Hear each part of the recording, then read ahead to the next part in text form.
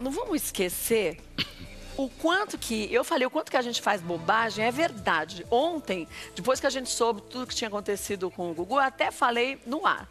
Eu tenho uma mania péssima. Eu acho que eu posso arrumar as coisas, porque para que eu vou chamar os outros, eu mesma faço. Subo eu na pia da cozinha para pintar não sei o quê. Subo na minha área de serviço, tem uma bancada grande colada na janela. Eu tenho um forno profissional. Eu acho que o forno saiu do lugar, aí eu subo na bancada e tem um vidro, eu só fecho a janela. Mas, gente, fechar a janela não significa nada. Por quê? Porque se a gente, com o peso que a gente tem, eu tenho 57 quilos, se você cai pra cima da janela, a janela estoura, eu moro no 9º andar. Então, não dá pra gente crucificar nem o Gugu, nem quem possa ter passado por um acidente doméstico assim. A gente tem que, a partir do que acontece com o outro, a gente repensar. Porque o Rodrigo falava pra mim, ai, Kátia, pra que você vai subir? Eu falei, Rodrigo, não enche, eu arrumo em 2 segundos. Ele chegou outro dia, era esse dia que eu tava lá. Eu vou dizer pra você como tava. Eu peguei uma escadinha de 5 degrauzinhos, eu tava no último degrau, com uma perna pra cima, outra pra baixo, tentando catar uma bolsa que tinha caído lá no fundo. Ele falou, o que você tá fazendo aí? Eu falei, vou pegar a bolsa. Ele falou, mas você cai, tá com a cara na escada. Me atormentou, nós quebramos o maior pau por isso. Mas ele tinha razão. A gente não percebe, a gente não sente que as coisas podem acontecer com a gente. Não é porque a gente quer que aconteça com os outros. É simplesmente que fala, mas eu já fiz isso 1000 vezes, nunca aconteceu nada. Por que vai acontecer agora? Porque tudo que acontece com o outro pode acontecer com a gente. Então, é momento da gente repensar no que a gente também faz, que a gente se coloca em situação de risco. Porque quando é com os outros, a gente vê. Pois é, Kátia. Mas com a gente acha que a gente é o dono da razão. A questão do tapete, né, que a gente falou, a questão de descer as escadas com cuidado. Que quebrou o fêmur de um lado depois do outro. Acidente doméstico 2 vezes. Acidente doméstico. Então, é preocupante, né? Agora, olha... essa questão do Gugu, né? Essa questão é porque no início as pessoas começaram a falar, mas o Gugu, por que ele foi fazer isso? Tá? É o que você tá falando muito bem. Por que ele não pagou se ele tem dinheiro? A gente resolve, né? Tá ali, acha que a gente sabe resolver. A gente já falou 1000 vezes que você gosta de fazer essas coisas em casa. Super heroína um pouco também, né? Quando eu tinha o sítio, você precisa ver cada coisa que eu fazia no sítio. Eu imagino. Corria atrás de cavalo que caía pra rua. Pô, mas olha, eram umas coisas que hoje eu olho e falo, gente, como a gente não mede o risco das coisas? Então, a gente não mede e acha que consegue fazer. Com certeza foi o caso dele também. A Patrícia contou muito bem, né? Que o marido dela sobe no sótão. E que lá não tem essa mão de obra tão fácil assim pra alguém vir arrumar um aro. E se ele já tem um problema recorrente, ele já fez aqui outras vezes. Então, já fez 10 vezes. Você não acha que vai acontecer de novo? E uma informação importante também, Kátia. Assim, eu digo importante porque ele se mudou há pouco tempo. Ele se mudou, ele já estava em Orlando há algum tempo, mas ele se mudou para essa casa que vocês viram a imagem que a gente mostrou agora há pouco, há mais ou menos 4 meses. Foi a Patrícia quem trouxe essa informação também.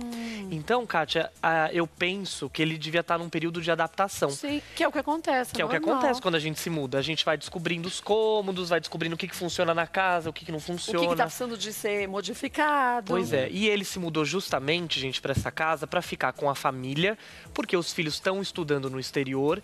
E ele achou que esse era o momento, inclusive, para sossegar um pouco o facho. Ele tem o contrato dele com a Record aqui, mas é um contrato que ele deixava os programas gravados e aí podia ficar lá. Como está acontecendo com o Canta Comigo, né? Tá praticamente inteiro, né? Tá aí gravado. Falta final, né? Pois é.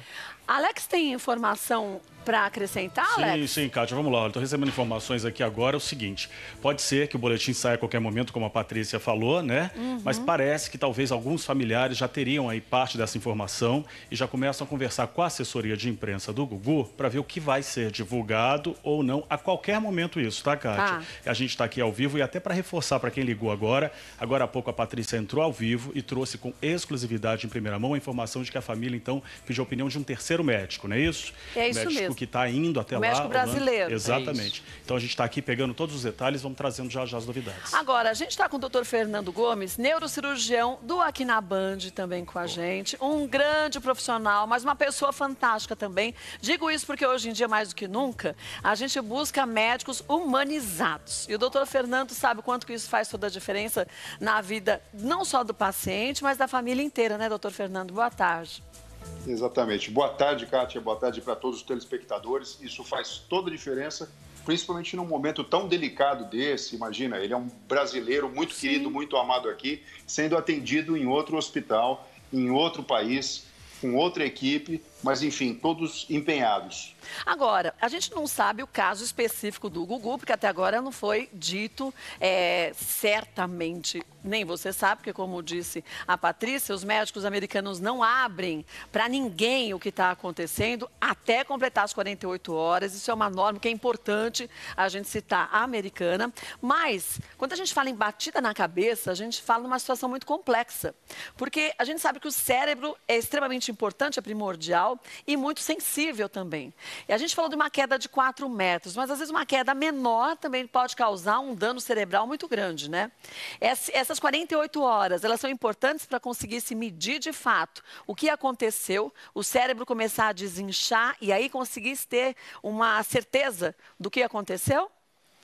Kátia, é assim, o tipo de trauma de crânio pode ser um trauma focal ou difuso. No caso do Gugu, muito provavelmente foi uma lesão focal, por questão do impacto de 4 metros de queda. Então, numa região só.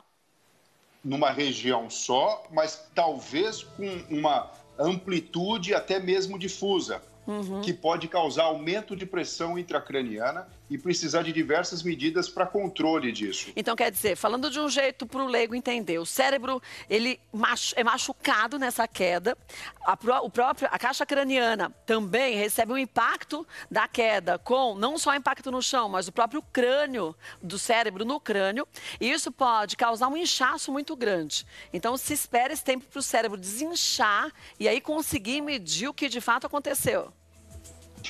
Olha só, depois que o tecido cerebral é machucado, quer seja pelo próprio impacto do crânio ou, por exemplo, por um AVC, o pico, o momento que mais tem inchaço é de 3 a 5 dias. Então e às vezes, para controlar... ele estaria fazendo agora o segundo dia, né? Então, E muitas vezes, para se tratar a pressão intracraniana elevada, alguns remédios que fazem com que o cérebro ele repouse, que seriam basicamente remédios parecidos com anestésicos, eles podem mascarar o exame neurológico.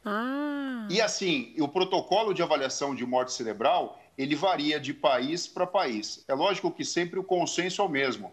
Você precisa ter um diagnóstico de uma lesão irreversível no tecido cerebral, você precisa ter avaliação neurológica especializada e exame complementar que mostre que ou o sangue não está chegando dentro do tecido cerebral, ou a atividade elétrica do cérebro não existe mais, ou então o próprio funcionamento dos neurônios não existem mais, e isso independe da utilização de drogas. Por isso que esse período de 48 horas, que varia, por exemplo, aqui no Brasil, já teve uma mudança da lei que depois que tem o primeiro exame neurológico, o segundo pode acontecer 1 a 2 horas depois. Com exame comprovatório. Em alguns lugares, como por exemplo a Inglaterra, um exame neurológico simplesmente basta para o médico, então, dar o atestado, né? O que a gente sabe, Kátia, é que assim, a situação de morte cerebral, ela parece um coma irreversível e se você desliga as máquinas, o coração e o pulmão deixam de funcionar. Então, por isso que ninguém pode falar nada enquanto você não tem todo esse período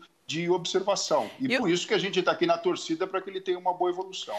Isso, gente. O doutor Fernando está falando isso tudo de morte encefálica, porque ontem foi muito dito sobre isso. E de uma forma muito irresponsável. Porque, gente, se você não se você que está assistindo a gente, se você não está lá, se você não é médico que está acompanhando, tudo são grandes suposições. E quantos foram os casos que a gente viu? Outro dia eu lembrei do caso do Jô Soares, que a gente, há uns anos atrás, no ar, tinham pessoas que ligavam dizendo que tinham atendido o Jô Soares, que falaram que a Globo tinha mandado fechar o andar do hospital e que ele estava morto. E que, na verdade, graças a Deus, ele estava vivo. E teve um monte de gente que saiu falando que ele estava morto. E todo mundo falava, porque os enfermeiros, falsos enfermeiros, falavam que isso era real. Então, a gente sempre tem que tomar muito cuidado. Por isso que a gente, aqui, na Band, a gente tem essa... mais do que nunca, né? Essa forma de agir que a gente só pode falar quando a resposta vem de quem está acompanhando o que está acontecendo. Agora, doutor Fernando, vou lhe deixar uma pergunta para o senhor responder para mim. Há pouco eu falei para a Patrícia Maldonado o quanto que a fé e que a ciência muitas vezes já comprovou que a fé faz toda a diferença, que quando alguns exames são feitos na parte química cerebral da pessoa, enquanto ela está num estágio comum, tá normalmente pensando em nada. Quando ela está orando, quando ela tem fé, até a química cerebral se modifica e o contato entre neurônios acaba sendo diferente. Quero lhe perguntar isso. A fé, de fato, pode mudar qualquer situação?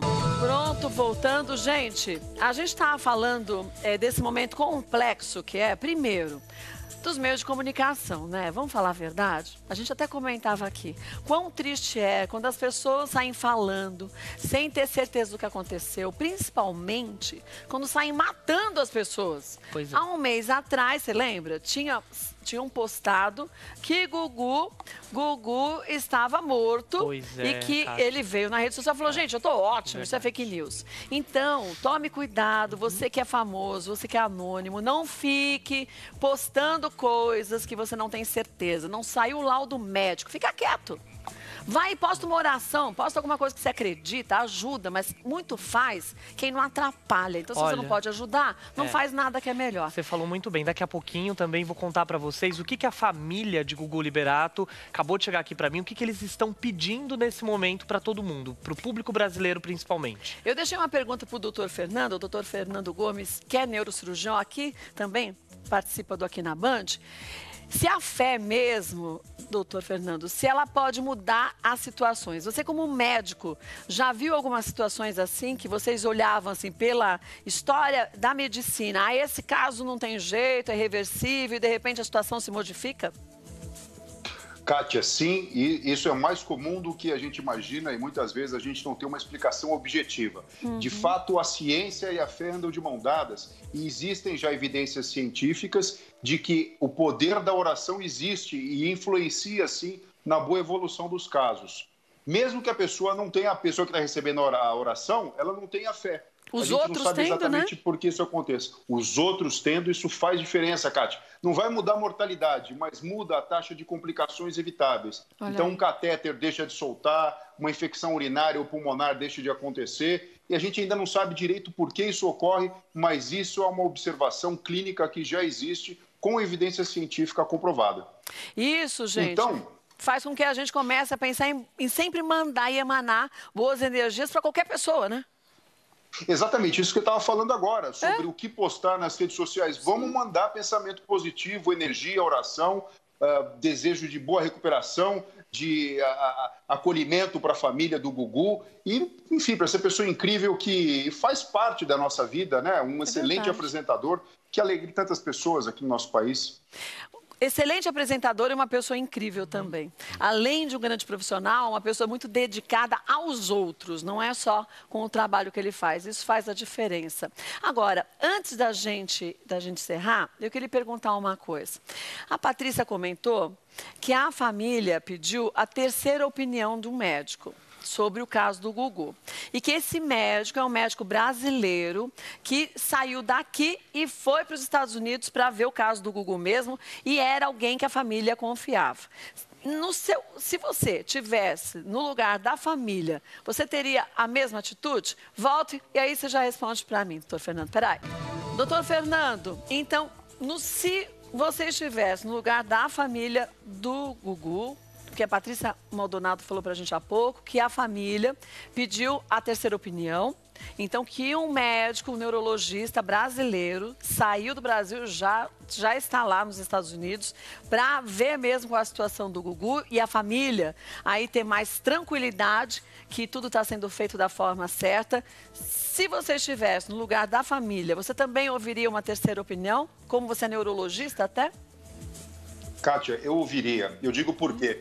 Apesar do mundo estar globalizado e todo mundo entende o inglês, ele já estava lá e a gente sabe que a medicina lá é muito avançada, por que não ter um parecer de uma pessoa daqui do nosso país? Verdade. A gente sabe que muitas vezes médicos excelentes aqui do Brasil são contratados fora do país. Por quê? Porque nós temos pessoas inteligentes e altamente gabaritadas. Então, sem sombra de dúvida, numa situação delicada e especial como a do Gugu, tendo condição, eu convocaria, sim, um médico neurologista do Brasil para fazer uma avaliação também e, sobretudo, para trocar com a gente com detalhes na língua mãe, que é no português.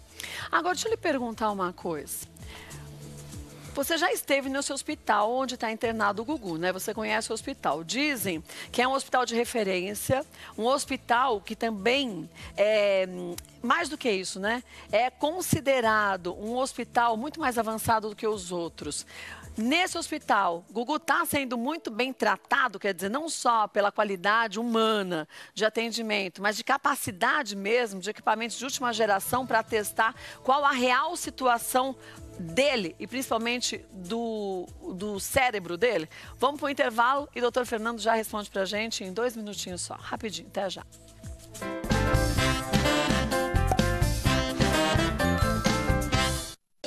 Gente, a gente já vai para Orlando com a Patrícia Maldonado, mas antes eu vou só pegar a resposta do doutor Fernando, que é uma resposta importantíssima. Perguntei para o doutor Fernando se esse hospital, Patrícia Maldonado disse que é um hospital fantástico, dito como um dos melhores do mundo em setor de neurologia. Me disseram que o doutor Fernando já trabalhou nesse hospital. De fato, doutor Fernando, é um hospital principalmente com equipamentos de última geração e alguns estudos da NASA são feitos lá também, isso é verdade? Exatamente, Kátia. Eu já conheci esse hospital, realmente é um hospital de ponta, tem tudo o que é necessário, tanto do ponto de vista de equipamento como de recurso humano. Então, quanto a isso, a gente pode ficar tranquilo que o Gugu está sendo muito bem assistido. E mais do que isso até, depois do trauma, rapidamente ele foi submetido ao seu tratamento pré-hospitalar e hospitalar imediato. Então, quanto a isso, podemos ficar descansados, mandando os nossos pensamentos positivos e desejando a melhora dele. É verdade. Queria lhe agradecer mais uma vez, doutor Fernando. Obrigada mesmo, viu? Olha, vou lhe falar uma coisa. Acima de tudo, dá honra pra gente ter grandes profissionais junto com a gente, mas grandes pessoas. O doutor Fernando eu já acompanhava há muito tempo e gostava muito, mas depois que soube pessoalmente como é o seu trabalho, a sua atitude, passei a admirá-lo mais ainda, viu? Obrigada mesmo. Olha só, Kátia, muito obrigado pelo convite, conte comigo e eu estou muito feliz de estar participando do seu programa, da família Bandeirantes, trabalhando junto com você. Verdade, um beijo, pra você viu? E para todos os nossos telespectadores. Obrigada, você também. Bom trabalho.